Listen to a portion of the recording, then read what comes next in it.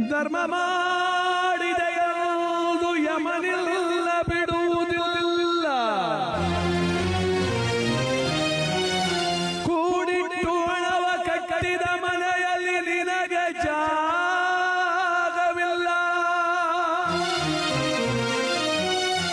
ಕೈ ಹಿಡಿದು ಕರೆತಂದ ಮುದ್ದಿನ ಮಡದಿ ಜೊತೆಯಲ್ಲಿ ಬರಲಿಲ್ಲ. ಮುದ್ದಾಡಿ ಸಾಕಿದ ಮಕ್ಕಳು ನಿನ್ನ ಜೊತೆ ಬರುವರಲ್ಲ. ಪಟ್ಟ ಪೀತಾಂಬರ ಪೆಟ್ಟಿಗೆ ತುಂಬಿತಲ್ಲ.